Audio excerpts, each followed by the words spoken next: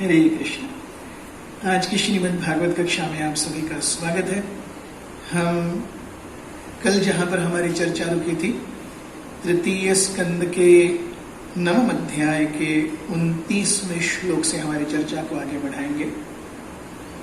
तो हमने देखा कि ब्रह्मा जी किस प्रकार से सृजन होता है, इसके लिए भगवान विष्णु से प्रार्थना करते हैं, और भगवान विष्णु जब उनको प्रसन्न होकर दर्शन देते हैं तो ब्रह्मा जी उन्हें कई सारे श्लोकों से उनकी स्तुति करते हैं। भगवान का एक नाम उत्तम श्लोक भी है। उत्तम श्लोक अर्थात वो व्यक्ति जिनकी चुनिंदा श्लोकों के साथ या चुनिंदा शब्दों के साथ स्तुति की जाती है। So one who is praised with choicest poetry, he is called उत्तम श्लोक। तो भगवान ने जब ब्रह्मा जी के इन सारी स्तुतियों को सुना तो भगवान क्या कहने लगे, ये आज के हमारी कथा का शीर्षक है। तो हमारे चर्चा सत्र को हम आगे बढ़ाते हैं श्लोक क्रमांक 29 के साथ। श्री भगवानुवाच मा वेद गर्भगान गास्तंद्रिं स्वर्ग उद्यममावह तन्मयापादितं ह्यग्रे यन्मां प्रार्थयते भवान्। The Supreme Personality of Godhead said, O Brahma, O depth of Vedic wisdom, be neither depressed nor anxious about the execution of creation. What you are begging from me has already been granted before. तो भगवान ने सबसे पहले धीरज बंधाते हुए ब्रह्मा जी को कहा कि हे ब्रह्मा, कृपया आपको जो कर्तव्य मिला है उस कर्तव्य के निर्वहन में बहुत ज्यादा दुखी या व्यग्र न हो। आप जिस कृपा के लिए मुझसे प्रार्थना कर रहे हैं वो कृपा मैं आपको पहले ही दे चुका हूं। इसका अर्थ क्या है? इसका अर्थ ये है कि हम जब भी आध्यात्मिक जीवन में किसी वरिष्ठ भक्त से या भगवान से जब आशीर्वाद, जब आदेश लेते हैं, उन आदेशों के साथ में उस कृति को करने के लिए आशीर्वाद भी मिल जाता है। The blessings come in disguise of the instructions only. जब हमें कुछ चीज करने के लिए की जाती है तो उसके बाद और ज्यादा ब्लेसिंग्स हम मांग सकते हैं, लेकिन the very fact that we have been told to do something, that means we have capacity, और even if we do not have capacity right now, our superiors believe that we will be able to execute that duty और कर्तव्य effectively and affectively, both. So इसीलिए यहां भगवान कह रहे हैं कि आप जिस कृपा की याचना कर रहे हैं वो मैं आपको पहले ही दे चुका हूं। This is very important concept, that the mercy to execute any instruction, the बल और strength to execute any instruction comes along with the instruction. तो चाहे कोई भी कार्य आध्यात्मिक जगत में या आध्यात्मिक जीवन में कितना ही बड़ा क्यों न हो, लेकिन अगर हमें आशीर्वाद मिलता है, उस आशीर्वाद के हमें कोई आदेश मिलता है, तो उस आदेश के साथ में उस आदेश का पालन और निर्वहन करने की कृपा और आशीर्वाद भी साथ ही में आते हैं। तो इसीलिए हमें जब भी कोई कर्तव्य निर्वहन करने के लिए कहा जाए तो हमें अपने कर्तव्यों से पीछे हटना या चूकना नहीं चाहिए कि अरे मैं कैसे कर पाऊंगा। द वेरी फैक्ट कि इससे पहले हमने देखा है, ब्रह्मा जी कहते हैं कि हर कोई सोचता है कि वो कर रहा है, लेकिन अस्तित्व में वो नहीं कर रहा, वो तो केवल निमित्त है। सही में करने वाले व्यक्ति तो आप हैं। कर्ता कौन है? आप हैं। व्यक्ति विशेष तो केवल निमित्त है। A person who is executing duty or getting something done, he is only a via media. He is not the doer. The doer, my God, is you. Brahma ji ये पहले ही कह चुके हैं। श्लोक क्रमांक 30 में भगवान कहते हैं, भूयस्त्वं तप आतिष्ठ विद्यां चैव मदाश्रयां ताभ्यामन्तर्हृदि ब्रह्मन् लोकान् ददृक्ष्य पावृतान्। O Brahma, situate yourself in penance and meditation and follow the principles of knowledge to receive my favor. By these actions you will be able to understand everything from within your heart. तो भगवान के आदेश हम कैसे सीख सकते हैं? This is a very very important verse. In fact both these verses, ये दो श्लोक जो हैं ये अत्यंत महत्वपूर्ण श्लोक हैं.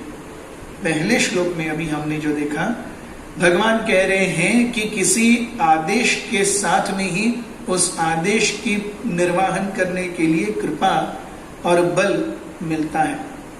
और यहां केवल वो कृपा और बल मिल गया, हो गया क्या? आपकी तरफ से आपको क्या करना होगा? आपकी तरफ से आपको तपस्या करनी होगी, मेरे ऊपर अपने ध्यान को केंद्रित करना होगा, वैदिक नियमों का पालन करना होगा. ये तीन चीजें करनी होगी. There is austerity, there is meditation and following the principles of scriptures. ये तीन चीजें जब करेंगे, so here we see shloka number 29 and 30. ये दोनों श्लोक जो हैं ये टू प्रिंसिपल्स पर आते हैं फिर से. सो द फर्स्ट और द टू फिंगर प्रिंसिपल, कोई भी कार्य करने के लिए टू फिंगर प्रिंसिपल, एक है हमारी मेहनत और दूसरा है भगवान की स्वीकृति या भगवान की आज्ञा. तो पहला जो श्लोक हमने देखा वो है भगवान की आज्ञा या भगवान की स्वीकृति. तो भगवान कहते हैं वो तो मैंने पहले ही दे दी तुम्हें, जब मैंने तुम्हें आदेश दिया था उस आदेश के साथ में ही मैंने स्वीकृति दे दी, मैंने बल भी दे दिया. केवल इतना होने से हो जाएगा क्या? नहीं. This is only one finger. What is the second finger? The second finger represents our endeavours, हमारे प्रयास किसी कार्य को करने के लिए. वो क्या है? वो भगवान यहां बता रहे हैं. तपस्या कीजिए, मुझ पर अपने ध्यान को केंद्रित कीजिए और वैदिक नियामक तत्वों का पालन कीजिए. ये तीन करेंगे तो आप अपने कर्तव्य को करेंगे और उसके बाद अपने कर्तव्यों के निर्वाहन के बाद में आपको हृदय के अंतःकरण से मैं आशीर्वाद दूंगा. तो भगवान देखिए वो बताते हैं चतुश्लोकी गीता में भी, तेषां सतत युक्तानां भजतां प्रीति पूर्वकम ददामि बुद्धि योगम तम येन माम उपयान्ति ते. तो जो व्यक्ति सतत मेरे कीर्तन में संलग्न रहता है, तेषां सतत युक्तानां भजतां प्रीति पूर्वकम, किस प्रकार वो मेरा कीर्तन करता है? प्रीति पूर्वक कीर्तन करता है. कर्तव्य नहीं, यहां भगवान कर्तव्य की बात नहीं कर रहे. We might be doing everything for kartavya, but when it comes to Krishna, we should try to do it lovingly. And love means unending sacrifice and unending endeavor. Love does not mean so-called I love you. Love actually means endeavors and sacrifices. So जब हम भगवान को प्रसन्न करने के लिए प्रयास करते हैं, उनकी स्तुति, उनकी सेवा के लिए हम जब तपस्या करते हैं, सैक्रिफाइसेस त्याग करते हैं, वो हमारे भगवान के प्रति प्रेम का एक द्योतक है. That is what represents our love towards Krishna. तो जब इस प्रकार से हम भगवान की सेवा में संलग्न रहेंगे तभी तो तेषां सतत युक्ताना भजतां प्रीति पूर्वकम, ऐसे भक्तों के लिए ददामि बुद्धि योगम तम, मैं खुद उन्हें बुद्धि देता हूं. कैसी बुद्धि? ये न माम उपयान्ति ते, जिससे वो मेरे पास वापस आए. So these two shlokas 29th and 30th, they represents the two finger philosophy of what it requires to achieve success in any work. किसी भी कार्य को अच्छे से संपन्न करने के लिए क्या जरूरत है? हमारे प्रयत्न और भगवान की स्वीकृति. जय जय निताय गौरंग महाप्रभु की जय. श्लोक क्रमांक 31. तत आत्मनि लोके च भक्ति युक्तः समाहितः दृष्टासि मां ततं ब्रह्मन् मयि लोकांस्त्वमात्मनः. O Brahma, when you are absorbed in devotional service, in the course of your creative activities, you will see me in you and throughout the universe, and you will see that you yourself, the universe, and all the living entities are in me.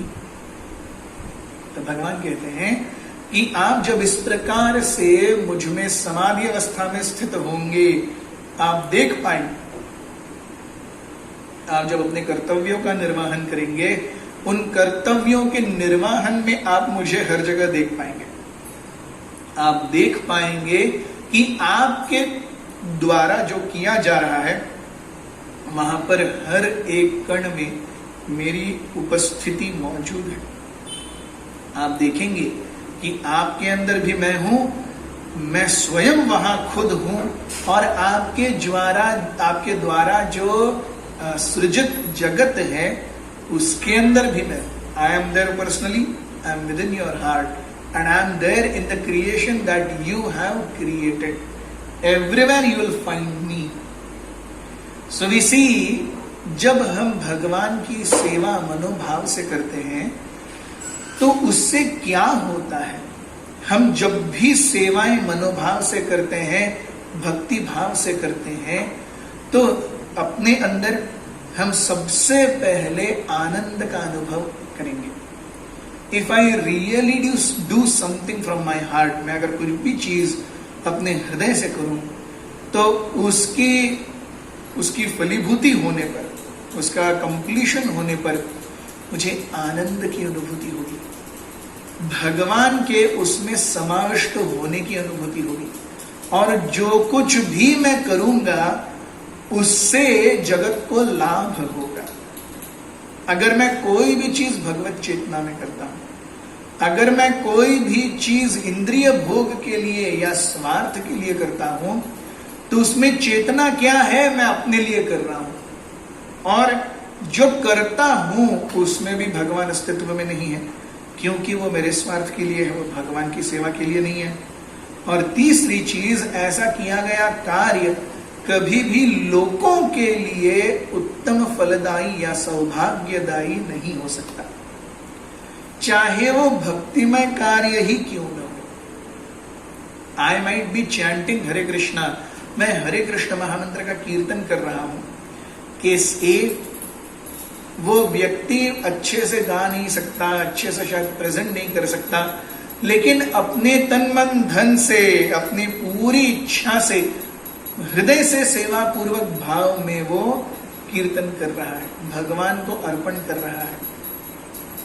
Case B, एक व्यक्ति है जिसने actually classical singing training ली है, और वो हरे कृष्ण महामंत्र का जब कीर्तन करता है तो वो कैसे कर रहा है, अरे मैं आज ऐसे कीर्तन करूंगा, सबको दिखाऊंगा मेरे अंदर क्या टैलेंट है, लोग भी सुन के बोलने चाहिए प्रभु जी क्या कीर्तन किया आपने. तो हालांकि सुनने में पहला केस ए का जो कीर्तन है वो स्वारस्य नहीं देगा, it will not attract our hearts और our ears, but it will definitely nourish it. The second kirtan might attract our ears or our attention, but it has less purifying potency, because the inherent nature why we are chanting is, मैं अपनी कला का प्रदर्शन करने के लिए मैं गा रहा हूं, मैं भगवान को प्रसन्न करने के लिए नहीं गा रहा. So this is a very important concept to understand, कि हम जब कोई चीज करते हैं तो बाह्य जगत में उसके फिनिश्ड प्रोडक्ट पर how is it done, the presentation is very important. But for Krishna presentation is important not as much as the content. Content अगर अच्छा है, प्रेजेंटेशन इतना अच्छा नहीं है, भगवान स्वीकार करेंगे. कंटेंट अगर इतना अच्छा नहीं है, केवल प्रेजेंटेशन ही अच्छा है, भगवान इतना अच्छे से स्वीकार से नहीं करेंगे.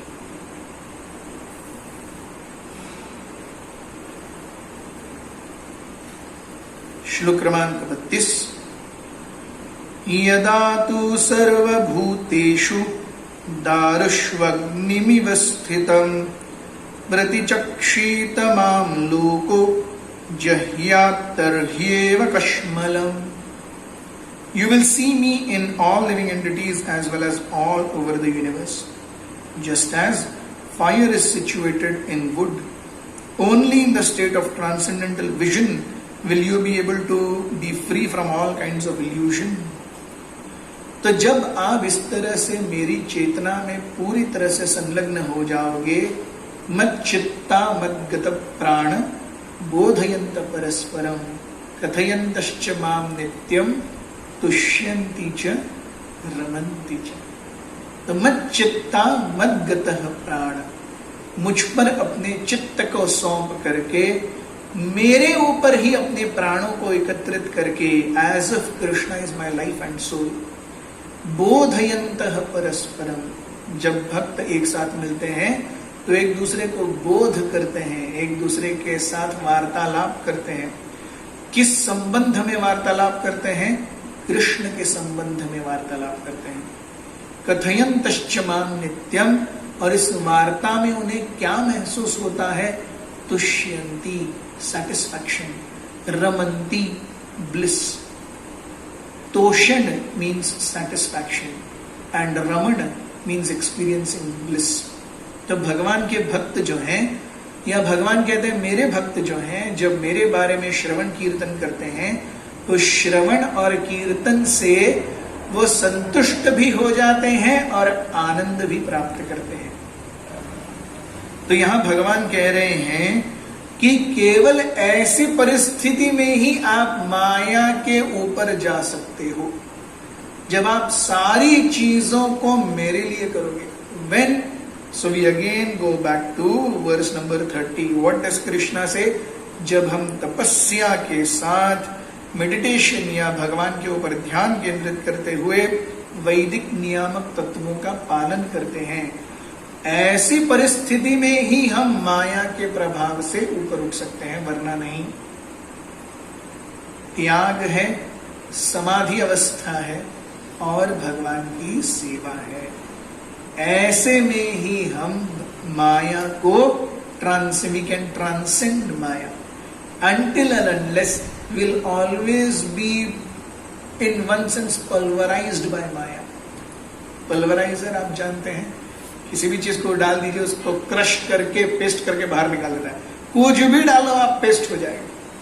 तो उसी प्रकार से चाहे जीव व्यक्ति या कोई भी जीव A1 हो या D4 हो, जब वो भौतिक परिस्थिति में पिसता है तब भौतिक परिस्थिति उसका पल्वराइजर ही करती है। ही माइट बी A1 और he might be D4, it doesn't matter. भौतिक प्रकृति बनी ऐसी है, जो कोई भी आएगा, जैसे पहले रगड़े होते थे ना, हम जानते हैं, या अभी भी वो जो हम दाने डालते हैं और दाने के बाद में ये निकलता है, फ्लोर निकलता है। तो जो चक्की होती है, चक्की के अंदर आप गेहूं डालो या चावल डालो या अरहर दाल डालो या मूंग दाल डालो, रागी डालो, और जो चाहिए डालो, चक्की का काम एक ही है, पीस देना। उसी प्रकार से भौतिक जगत ये बना ही है हमको पीसने के लिए। तो चाहे हम जो कोई भी हो, रास्ते पर सोने वाला व्यक्ति हो या प्राइम मिनिस्टर ऑफ इंडिया हो या प्रेसिडेंट ऑफ यूनाइटेड स्टेट्स हो, हर कोई अपनी अपनी जगह पिस रहा है। बस केवल किसी का पिसना लोगों को ज्यादा दिखता है, किसी का पिसना लोगों को कम दिखता है, लेकिन हर कोई पिस रहा है, इसमें कोई दोराहा है ही नहीं। तो भगवान कहते हैं कि जब हम तपस्या करेंगे, भगवान के ऊपर अपने ध्यान को केंद्रित करेंगे और भगवान की सेवा के लिए कार्य करेंगे, इन तीनों प्रिंसिपल्स का हम पालन करेंगे, तब ही हम माया के प्रभाव को लांघ कर जा सकते हैं।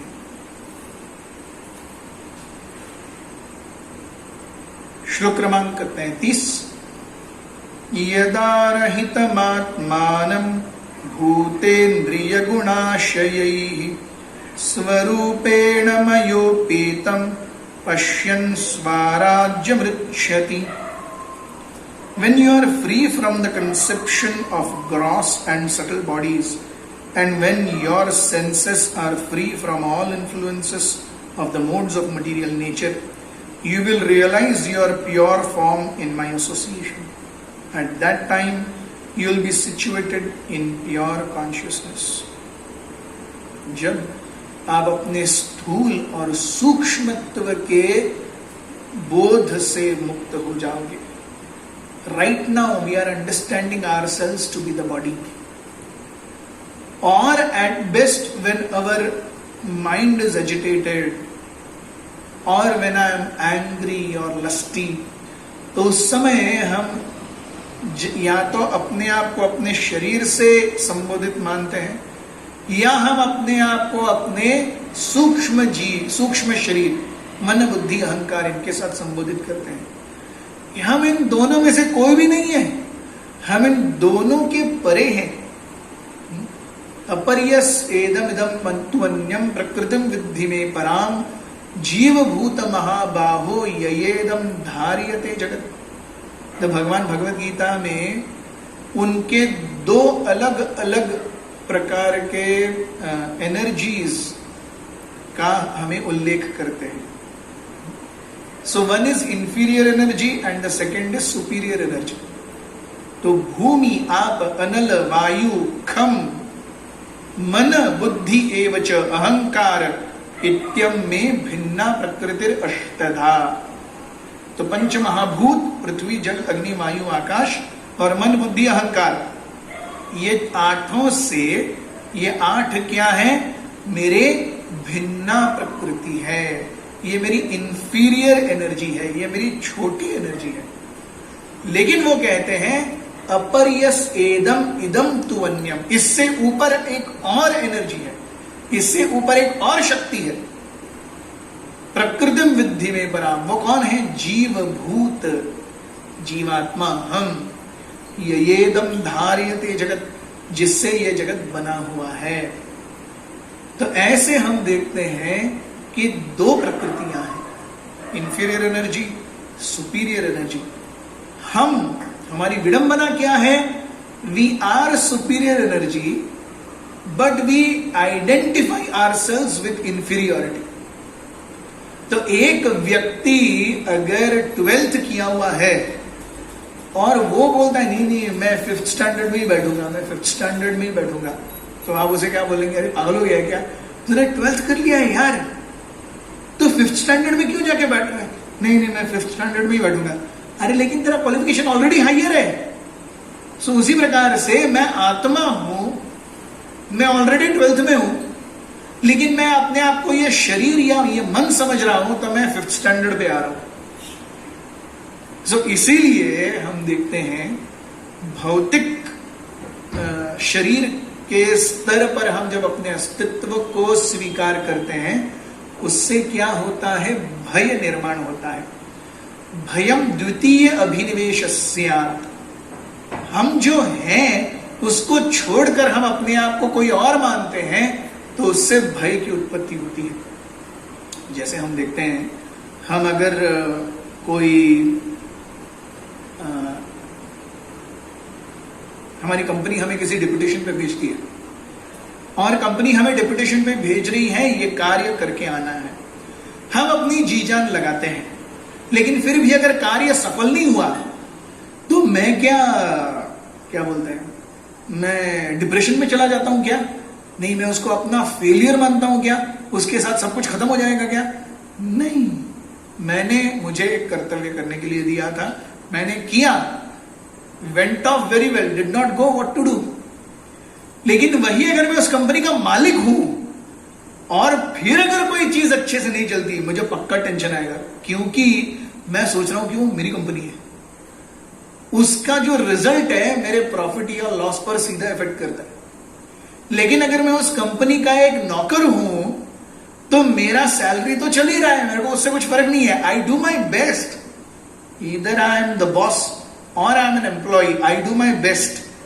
But when results go opposite way, तब बॉस को जितनी तकलीफ होती है उतनी एम्प्लॉय को नहीं होती। क्यों? क्योंकि boss is directly related to everything that is being executed. उसी प्रकार से हमें इस भौतिक जगत में कार्य करना चाहिए, लेकिन कैसे कार्य करना चाहिए? जैसे I am an appointed person. मालिक कौन है? भगवान है। मैं कौन हूं? निमित्त मात्र भव सव्य साचिन। मैं निमित्त मात्र हूं, तो मैं निमित्त हूं, मैं निमित्त के हिसाब से कार्य करूंगा। जब मैं अपने आप को बॉस मानने लगता हूं, जब मैं अपने आप को भगवान की जगह पे रखता हूं, तब गड़बड़ होती है। यह बहुत ही महत्वपूर्ण बात है समझने के लिए और जानने के लिए। इस फर्स्ट वीडियो में हम इतना ही करेंगे। अगला वीडियो तुरंत ही आ रहा है, स्टे ट्यून्ड। ये 30 मिनट्स हो गए, अगला 30 मिनट्स का वीडियो तुरंत आ रहा है। हरे कृष्ण।